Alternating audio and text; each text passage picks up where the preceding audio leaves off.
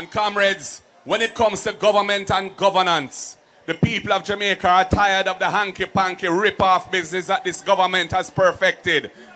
They want a government in which the people can have trust and confidence. They want a government of integrity. That is why we are going to support the Integrity Commission. We're going to amend the Integrity Commission Act so that the so-called gag clause, where they can't publish who they're investigating until the final report comes to Parliament, which means that right now in this election, persons were nominated who are under investigation for illicit enrichment, and the people don't know who they are, and that is wrong. So we're going to amend the gag clause to deal with those situations. Sure.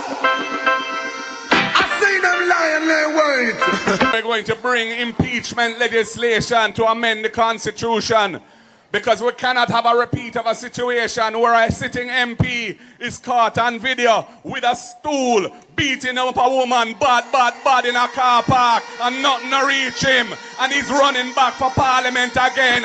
What can go so?